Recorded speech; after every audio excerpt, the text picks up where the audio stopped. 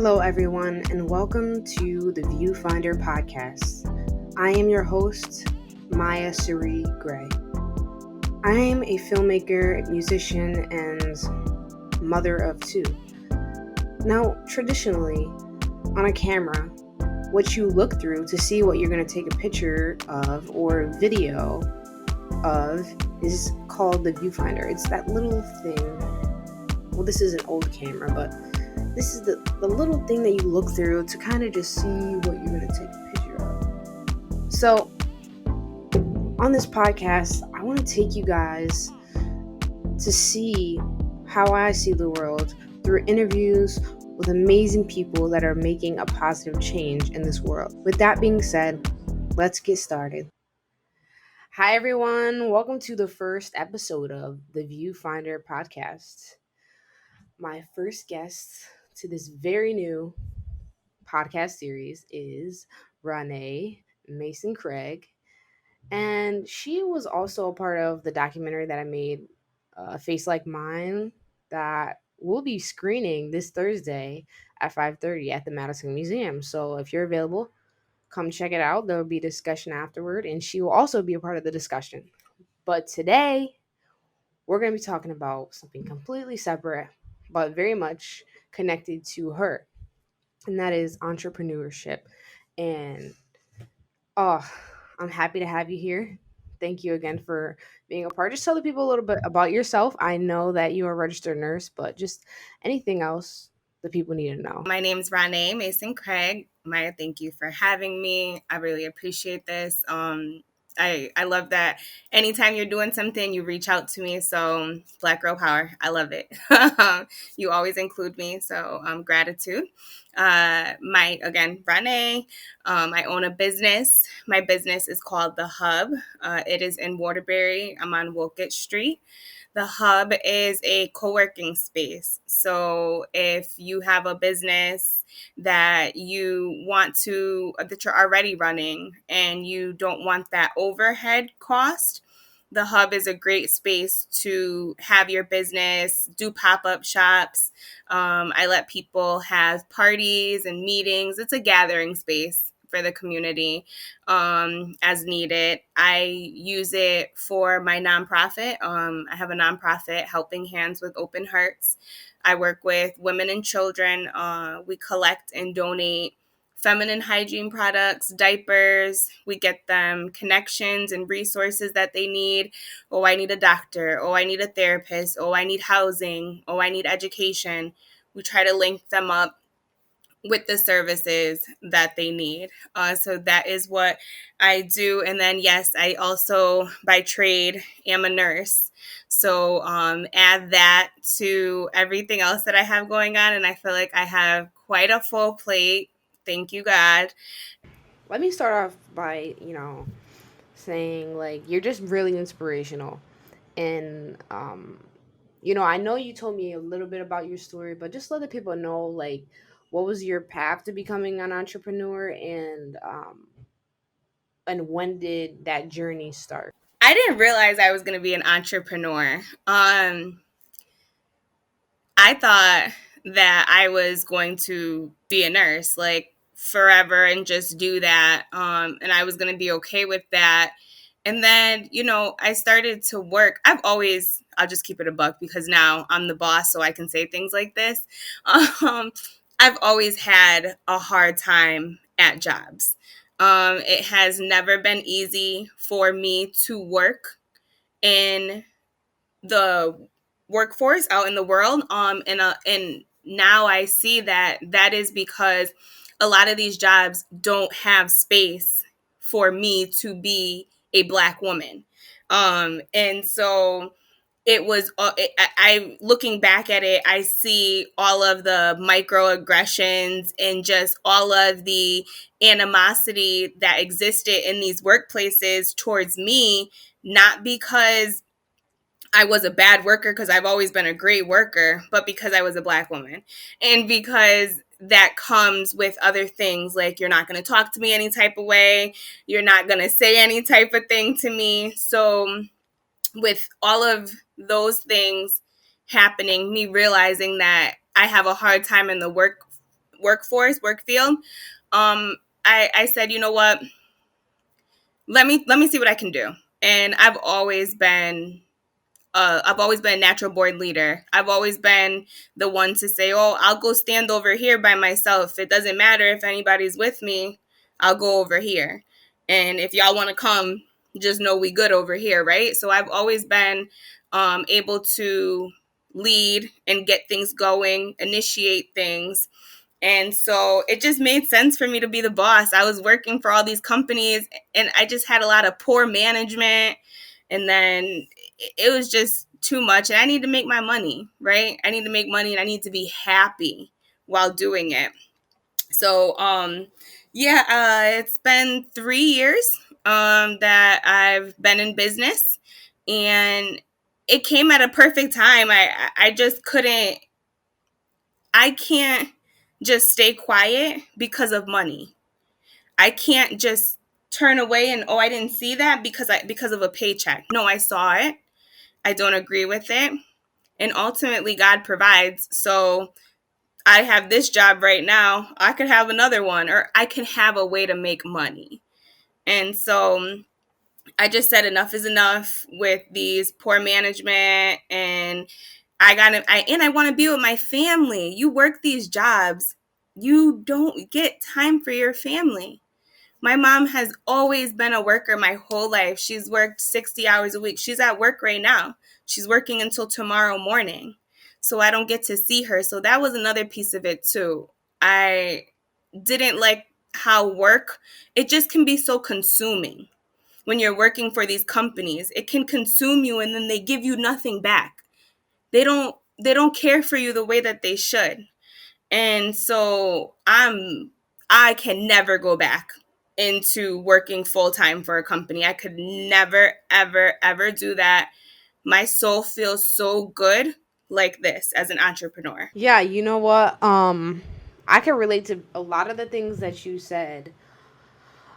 Specifically the microaggression. I remember I was working at this hair store downtown, and because I was a black woman, and I think specifically because I was black, they expected me to be a stalker, basically a stalker and a security guard.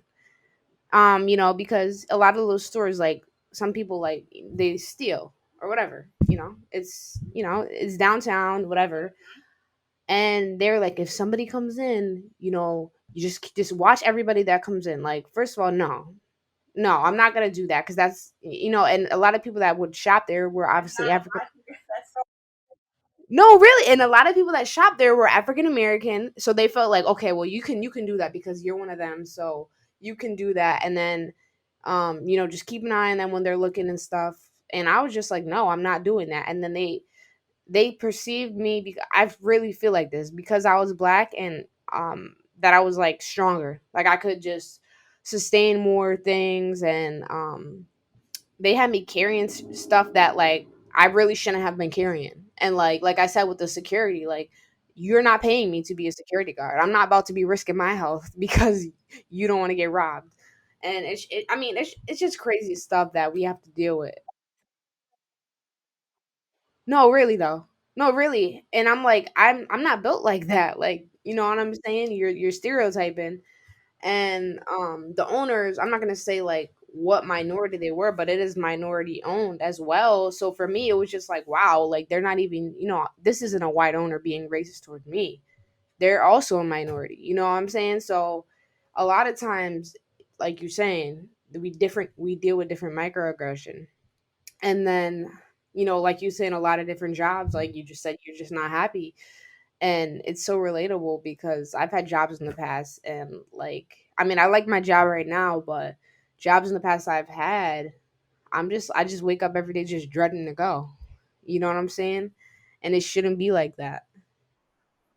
I'm grateful for the field. How I mentioned about being in the healthcare field and everything, like poor management, and it's just a hard field, right? Like being in the healthcare field, it's very difficult, but you need good managers, you need good team, you need good support. But being in that setting helped me see that my focus for medicine is more natural, holistic, not even medicine, but care. My focus of care is more natural and holistic, whereas in Western society, it's Western medicine first. So I'm happy that I got to see that and learn the difference and see what I want to do for my future. So all in all, I still count it as joy. It was still part of my process, and I'm grateful for it. Yeah, definitely. Definitely. Now for this is just like what were the steps like regarding like LLC and securing a building, and was it like a difficult process? So my first location, one of my friends had it. She had a eyelash studio there, so she was doing lashes, and she fixed the spot up. It was really nice. Everything was going well, and then she decided that she no longer wanted to do that business. And so I asked her what she was going to do with the space. She said nothing, that she was going to have to give it up. So I went ahead and took it over. So securing the space, that space was given to me, the first space, which was a blessing. This was something that I really needed for my business, for the nonprofit. So it helped me a lot. But as far as like the LLC, the EIN, sales and use tax, all of that stuff, is fairly simple, but to someone who is not well versed in these things, it can be kind of complicated because there's a lot of things online. There's tons of stuff online that can be misleading and get you to click it, and it has nothing to do with the state of Connecticut. So that process, I'm grateful. I'm blessed because I've had a lot of people along my journey that have allowed me to contact them when I had any questions. So getting your business started, that's not the hard part. It's like sustaining and then upscaling the business that is the more difficult part. But starting a business is really simple. Okay. Okay. So once you get going, then it's the maintenance of it.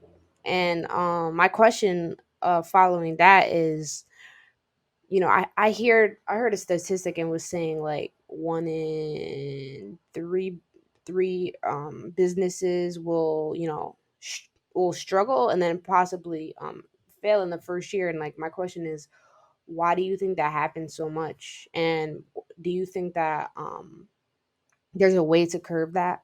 I think it happens so much because people go into business not fully knowing what it takes to be in business. Me being one of those people, I got into business and I was like, oh, that was easy. And then I got into the space and I was like, oh, this is not easy. There's bills coming out of nowhere from the city for taxes, the state for taxes, and you have to file this paperwork and you have to make sure this is done. You need this code. And so I think that people get into business and they may fail because one, they don't anticipate all of the other things that come along with having a business, and two, they may not have the support that they need. I've been really, really fortunate my entire life to have people surrounding me at all angles, everywhere, supporting me. And I thank God for that. But if you don't have that, I could see how having a business can be difficult. Look, I went to Morocco for a month. My family ran my business. I couldn't have gone for a month if they weren't here.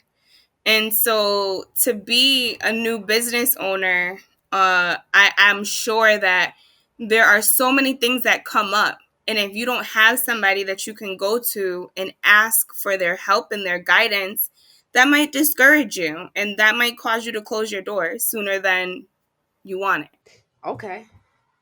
So, all right. So your experience in Morocco. Let me ask you this: do you see a difference in the way like American entrepreneurship happens versus entrepreneurship over there? Yeah, I like their hustle. Their hustle is I got it, you want it, take it. Give me the money. Feel me? Like I love that. Whatever plants grow in their backyard, they're selling. They're on those streets, they're hustling. Like, you know what I mean? They want their money. Whereas here is like, oh, you want to buy it? Nah. Okay, next person. Like, you know what I mean? Like, and move on to the next. It's really different. And over there too, entrepreneurship is more of a thing. Everybody owns their own business. Everybody, everybody, whether it's a leather business, a tea business, a souvenir business, a restaurant, whatever, everybody owns their own business. The amount of, at least that I saw, that I experienced, they don't have like, we have a lot of big corporations and stuff like that. Theirs are more mom and pop, smaller, which is cool. Yeah, that's what's up. Honestly, I mean, the way the corporations are here, it's kind of like it's hard to get people away from, shopping big corporations and supporting small businesses because you can easily just order off Amazon and be done with it and it'll come to your house in 2 days. You know what I'm saying? And I know Amazon has the whole small business things where they're helping, small businesses get things shipped and stuff. But I'm talking in the sense of like just like handmade, craft made like things to be able to sell and stuff. And I think that's awesome. That's awesome. Mm-hmm. Mm-hmm. Mm-hmm. So my question for you is it harder or easier being your own boss? It's harder, girl. I'm stressing. I'm not even gonna lie to you. I came here to keep it a buck. It's hard, girl. I have had a really rough time these last few weeks transitioning back into life from Morocco because everything, we move so fast here. We do so much in a day. Over there, you lucky if you get done 3 things. If you have a list of 5 things and you get done 3, that was a good day. So over here is like everything's moving, everything's so fast, and I'm trying to catch up, and I'm not it's a little bit harder than I thought, but I keep reminding myself, like, girl, you're the boss. If you don't get up and do this work, it's not going to get done. Nobody works for you. You work for you. Therefore, you have to put in work. Like, so it's not like what your 9 to 5 job where it's like you go to work, you know what your roles and responsibility is, and you do it. But this is like everything's my role and responsibility. I'm the Facebook and I'm the social media coordinator. I'm the, what you call it, like the person that's in the community liaison person. I'm the promoter and the marketer and the finance person. I'm everything. I'm everything. So it is so much more difficult than having a 9 to 5 job. But even when it's difficult, I'm happy. Like, I am so happy to be the boss. I am so happy to make decisions and force myself to get up. Because I know that the service that I provide, that's not what Waterbury, my co-working space is the only one in Waterbury. There are no other co-working spaces in Waterbury. And so just to have that, I know it's something so important that the community needs. So I'm like, girl, you got to get up and go. It's hard. Go. So, do you like? I commend you because what I noticed from you is that COVID, the pandemic, hasn't. Well, from what I see, it hasn't really impacted you in a negative way. Your business. It seems like you still got people coming in doing family functions, doing, you know, different paint activities and things like that, and dance classes, all that type of stuff.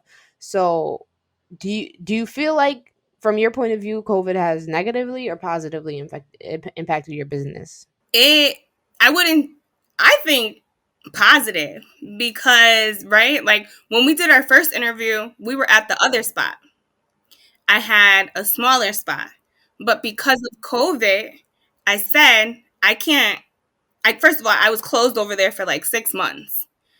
But as COVID was, things were transitioning, and I just was looking at the space like, I need a bigger space. I can't have people in here and we don't have adequate space, right?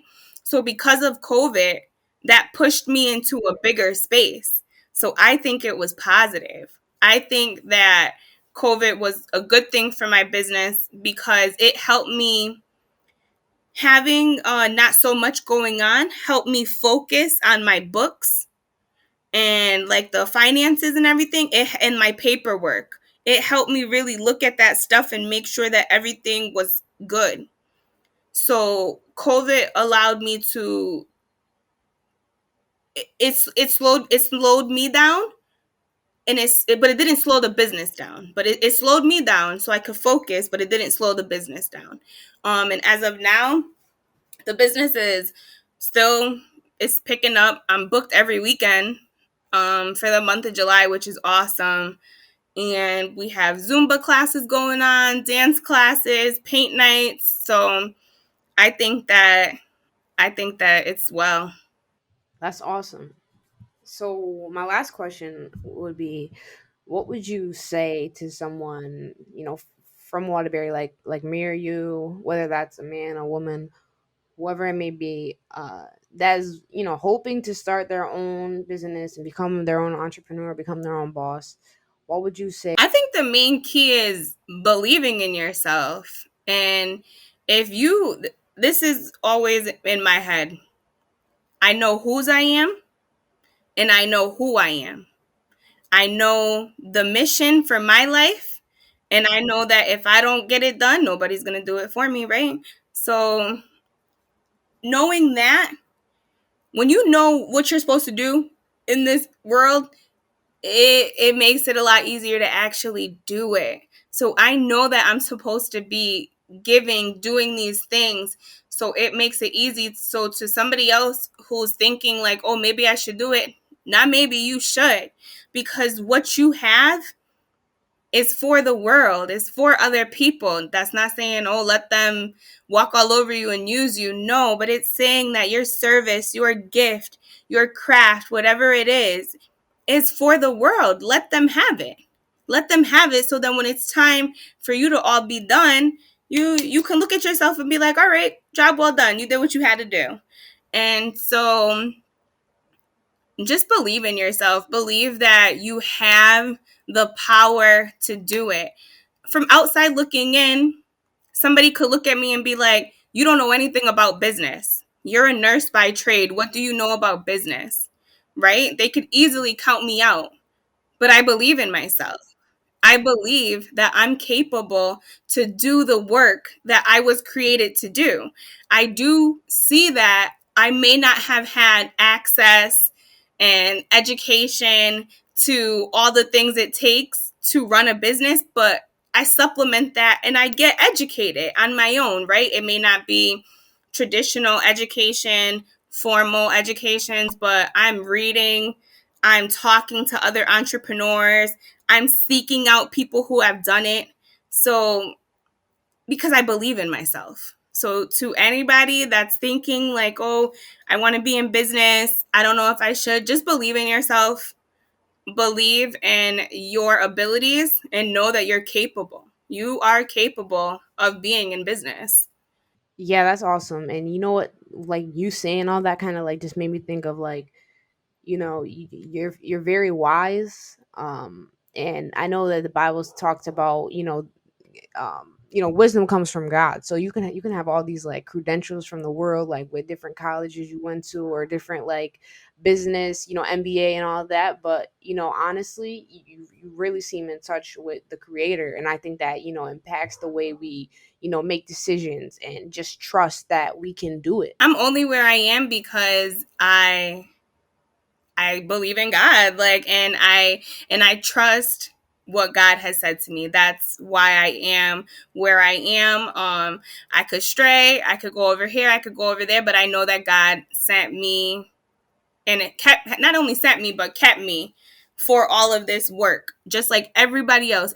Once you tap into that and you're connected to the source, Like you just said, you make decisions different, you look at people different, you have different patience, you extend different love and grace. Everything is different when you're connected. And that looks so different for everybody, and I love it. But it's just so important. I think it's vital, especially for our generation, because a lot of us aren't there anymore. Like a lot of like some of us grew up. I know you have a church background, right? Yes, but everybody doesn't have that seed, right? But I think it's important, no matter what your religion is, have something that helps me in business. Having faith helps me in business because I know that it's going to work out for me, because this is what I'm supposed to be doing. I'm on the right path. I have faith. So my faith is boom, right in line with my business. So everybody could use that. And again, I commend you for all that you're doing for our community and just, lifting people up and just being a light. And I thank you for coming on to the podcast and just being the first guest. So I hope to have you back another time. I know I'll see you this Thursday from at 5:30 at the museum. And like I said, Ronae will be a part of the panel discussion of the film A Face Like Mine. But thank you for watching the Viewfinder podcast. I will be having some more episodes coming your way. So be sure to be on the lookout. And I will see you guys in the next episode. Bye for now.